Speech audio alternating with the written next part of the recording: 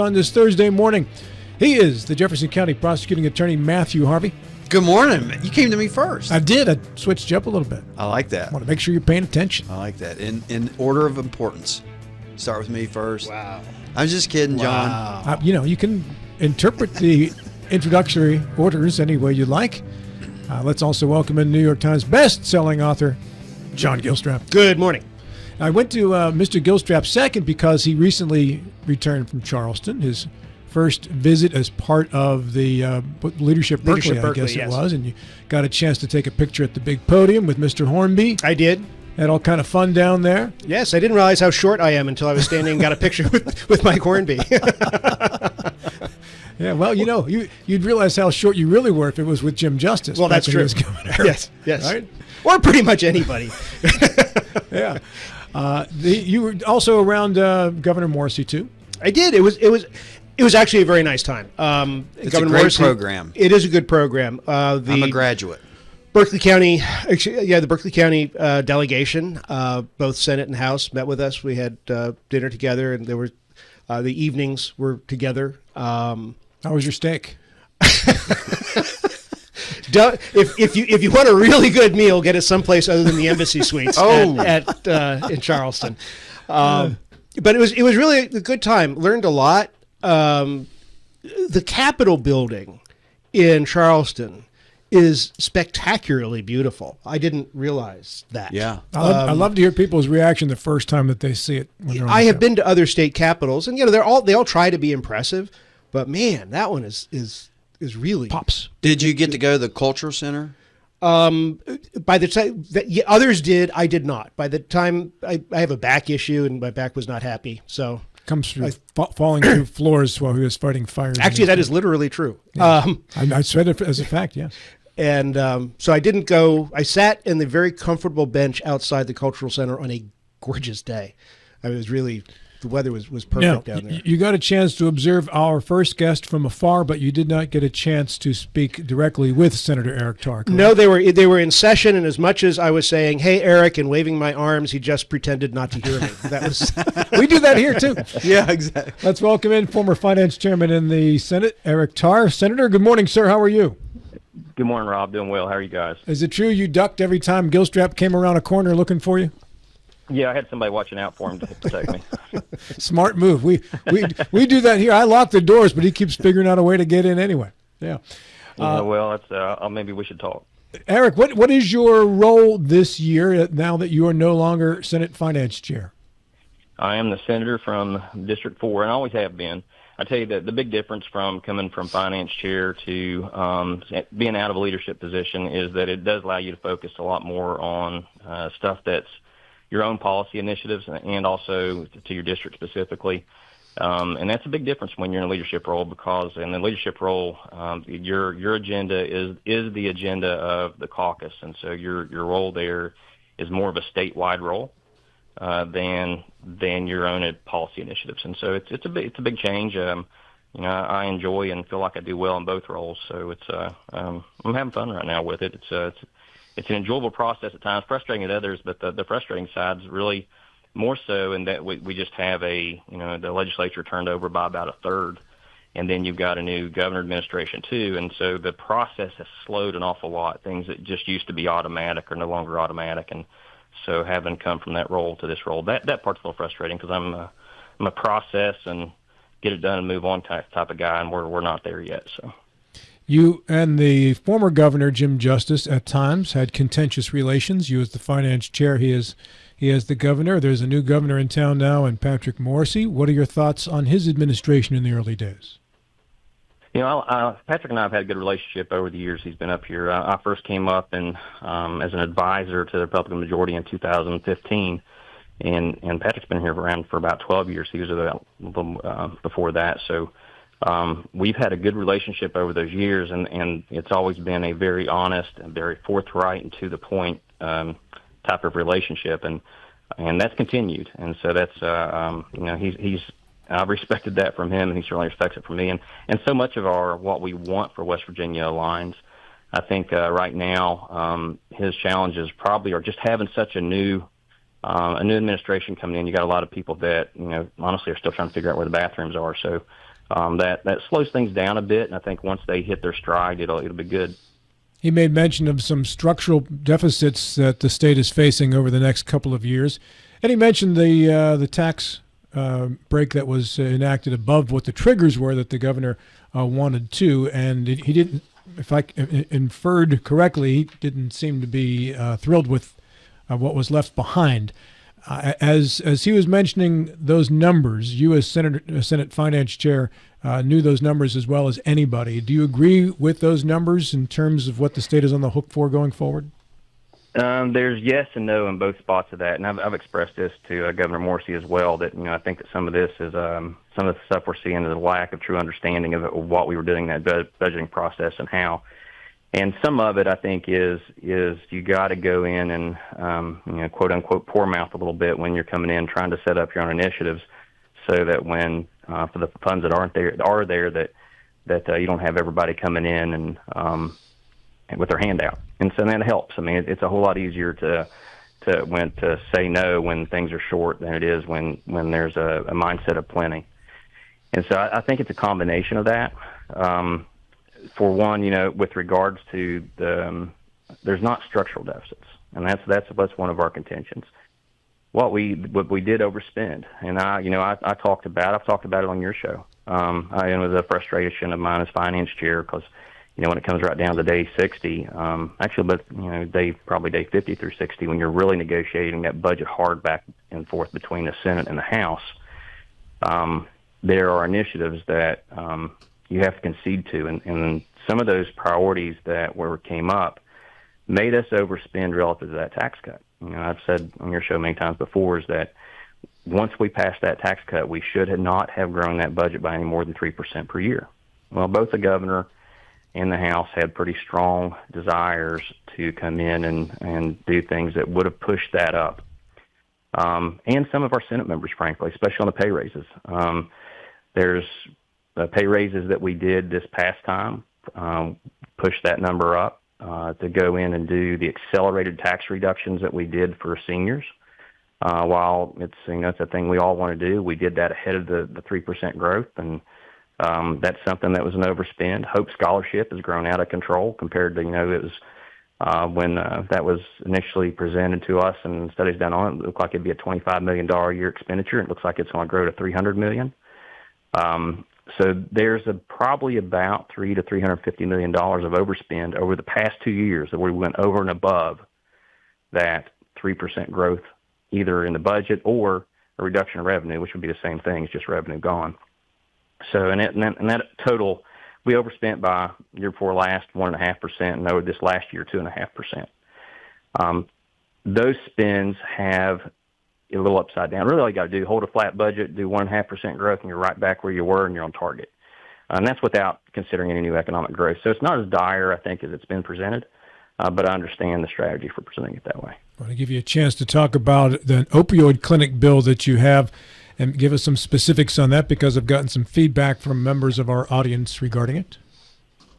Yeah, I think that it's a good and bad on the short title of that bill. That bill says making opioid treatment programs unlawful, I think, or out. I think that's the short title of it.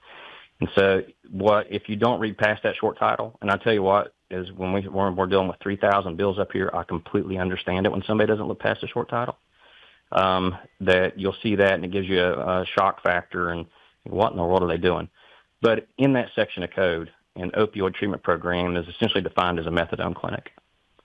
And that's what the reality of it is. And so the reason I say it's good and bad is, one, is it's brought a lot of attention to the bill. Reporters have been, from local to national, have been blowing my email up, and people from inside the state and outside the state and everywhere have been blowing up a lot of the legislature over this bill. And I think that's a good thing. And the reason is we need to put some attention on this. Back in the 90s, when we really had the opioid epidemic explode through OxyContin, oxycodone, and going in and making a vital measurement, pain. When we say, okay, if you hurt, you have to have a pain prescription. What are we going to prescribe you? We're going to prescribe you something that 40% of the population becomes addicted to. What was born from that was, aside from the addiction crisis, was a market for pain clinics. Pain clinics just thrived, and they became legal drug dealing centers. And not only were they legal drug dealing centers, they were encouraged for it because it was a vital metric that you did for a patient. So once we learned, wait, this has been a mistake, we shut those off, and we did it very aggressively within West Virginia and across the nation. So now what we went from pain clinics to methadone clinics. Methadone clinics that stand alone do not offer any other rehabilitation services. Methadone is an opioid agonist, which means that what it does, it just goes in and fills a receptor for an opioid, but you're still an addicted individual. And that methadone has value on the street. You can divert it. You can go to a methadone clinic, pay your cash, turn around and sell it. And so, I've been engaged with law enforcement for years on this. I've went out and actually been undercover with drug force tasks to go out and see what actually happens on the street as an undercover party in those stings to see what happens. And what I've learned is that these methadone clinics essentially are another spot where you go buy drugs. They're a spot that creates a market for drugs. They're a market or a center that keeps people addicted. There's no hope for getting you recovered. It's just that you don't have as much impact from the addiction. So what this bill stands to do is to say that if you operate a standalone methadone clinic, you have to shut down. And you got so many days to get your patients into a real treatment. Now, what it doesn't do is it doesn't go in and say if you're a primary care physician and you're doing wraparound services and you're doing holistic care for a patient and you're prescribed methadone, you can still do that. If you're a inpatient rehab facility and you're prescribed methadone, you can still do that. So what this does is just shuts down something that has been a mistake. We replaced pain clinics with methadone clinics, and we should have never done it. This is SB 204. John Gilstrap. Yeah, I want to go back to the deficit.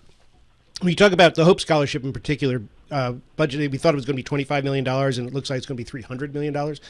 And first of all, that feels structural to me. And I guess the real question is, are we going to be clawing back this? Are we going to be undoing tax cuts? Are we going to be narrowing the Hope Scholarship program in order to make the finances work? And you're asking the questions we're all asking. And this is one of the things you said, it feels structural. This is one of the things I think where we have people who have been involved in budgets up here. The definition of structural takes different meanings.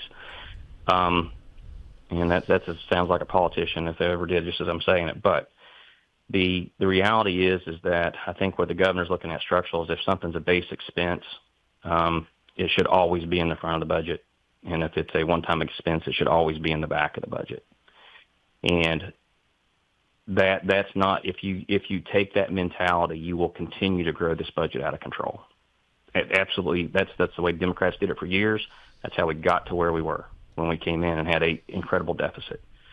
So, and they're wanting more to block grant things instead of put them out line by line. And we've been going through painstaking effort to get down to when this legislature appropriates $1 to a given spot, we know that's where it goes. And some of that is being reversed, and I think they're considering that structural as well. So what you're talking about, I would not call structural. What I would call about is a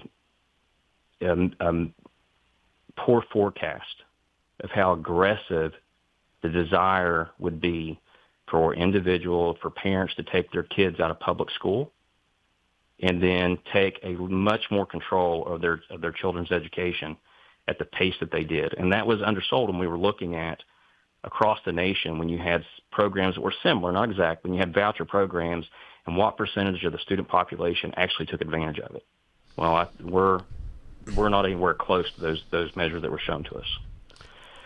So what do you do now? That was part of your question. And that's the question I think we're all looking at. What I do think is, my personal opinion is that we need to reexamine the school aid formula and how we fund education, period, in West Virginia. Because what we've done is we're relying on a 1984, I think it is, funding formula for public education, while we have a 2025 education economy, and they don't line up. And so what we do have now that we did not have then is one is that we have a lot more parents who take their kids to school if they're going to public school or wherever they're going instead of using buses. We have a lot of virtual classes, whether you're in a traditional public school, whether you're in a charter school, whether you're homeschooled, whether you're in a private school. They're all using virtual stuff. That's a completely different model than was ever contemplated by the original school aid formula. And when you have these different pockets of money that compete against one another for that funding, it starts to throw a bunch of wrenches in the gears of funding a thorough and efficient education and for a thorough and free education for the people of West Virginia. So I think what we need to do is do you dial it back? I'm not saying dial it back at all. What I think we need to do is we need to go in and figure out what we want the paths for education to look like in West Virginia and put that in one section. And I'll enjoy the competition. The competition, I think, sharpens both our public schools and our privates, and every path of it is, if you're competing to get a student down that educational path, you're going to make yourself better to do it. What we do have to do, though, is with our public schools is we got to make sure they have the ability to compete now. And what happens, they're very real estate heavy. They're very administration heavy. And I think that they've lost a lot of focus on what's important for a child's education. I think not all of them. We have some excellent public schools, and we have some very poor ones, just like we do in the other education opportunities we have for children. But there are areas where we really need to make sure that we're correcting that, and I think a unified funding formula for all education paths would probably help that. Matt Harvey. Hey, good morning, Senator Tarr. Good morning, Matt. How you doing? Doing well, sir. So I think the big question that a lot of people have is, how does it go from $20 million to $300 million in 1 year? Is there going to be an uptick of like 62,000 more students that are going to take advantage of it? It's not so much just 1 year. It's the path. It's the path it's heading. I'd say it's probably 300 by a year after this. You're probably looking this year being 120 to 150. And I think probably by next year, if it continues down the same path, you're looking at 300. Is that because? I'm sorry.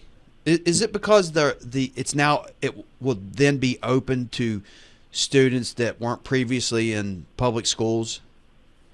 Yeah, the way it opened up is that you had if you're going into school from scratch, you're a 4-year-old, not been in public school, and you're going into school.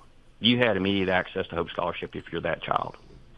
If you'd already been in public school, then you had to be in public school for at least 45 days before you could go in and take advantage of the Hope Scholarship. So once we hit as long as we stayed below a certain threshold of students that did that, then we had hit a spot to where the 45 days was no longer required, and we hit that. And so now you have students that have been in public school that no longer have to do the 45-day mark, and so they can just pull out. And there's been a lot of people take advantage of that. So that's a lot more than I think was forecasted. Does that cause a loss of federal funds to be applied to the state? It will if you're not going the 45 days, because what happened with the 45-day mark that produced that throttle, and I think this is something they all this stuff is in discussion, I think, but I don't think anything's close to a solution. Let me posture that there first for somebody, so I don't want to panic your listeners. But the 45-day piece, once you enrolled in a public school, then those federal dollars that would have followed that student, which was about $11,000, would remain with that public school, even if the child went into the Hope Scholarship and took their $4,600, $4,700, where that is right now, into whatever educational path they wanted.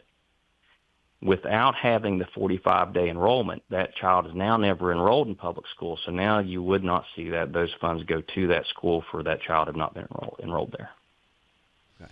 Is there a chance we're missing the real story here and sort of a wholesale indictment of the public school system? I mean, the wholesale, that's too strong a term. But a vote of no confidence in public schools?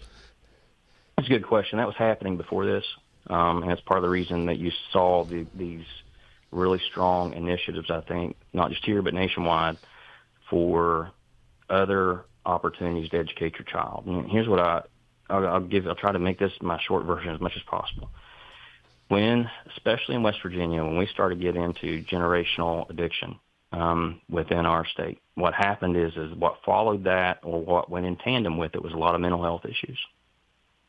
And so you have public schools that are taking every child, as they should, in there. And now you have classroom teachers who are now also having become psychologists and social workers and parents for children who don't have it elsewhere.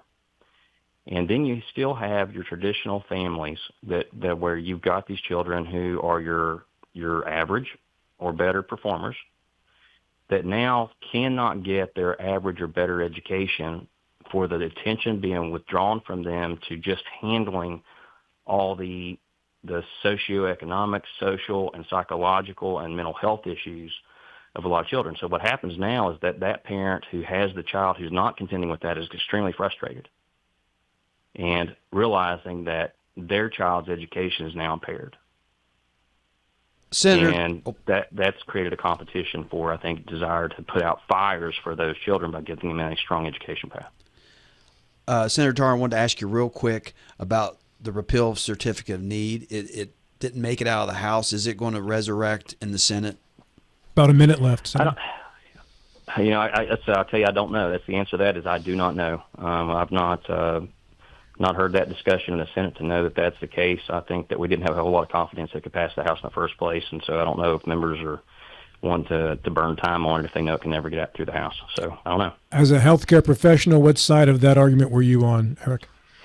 I don't think a full repeal is wise. I do think that the governor's backyard brawl has some merit, that if we went and looked at if we took the median payer mix of all of our border states and then took that payer mix and said, okay, when a county reaches that payer mix, then that county no longer has certificate of need, then I think you have something. There'd be very few counties in West Virginia right now that would be there, but it gives you a path to get there as we grow our economy. That's the first time I've heard that. That's a good thought there. We have a minute left here. The issue is, as we went through this exhaustively with different sides of it, and the one thing that I could never be satisfied with was that if you repeal certificate of need on a border state, and the border state across from West Virginia still has certificate of need, they can come in and take business from you, but you can't go across the border and take business from them, and that seems fundamentally unfair. That is correct. And you got to understand how disparate that payer mix is between us and our border states. I mean, we have many hospitals that lose money right now by millions in a month. We have critical access hospitals that their reimbursement is increased because they are at least 50 miles from the next closest hospital. And they barely make it with 2 and 3% margins as compared to going across the border, and that payer mix can produce 8, 10, 12% margins. On that note, Senator, I'm out of time. Thank you so much for yours this morning.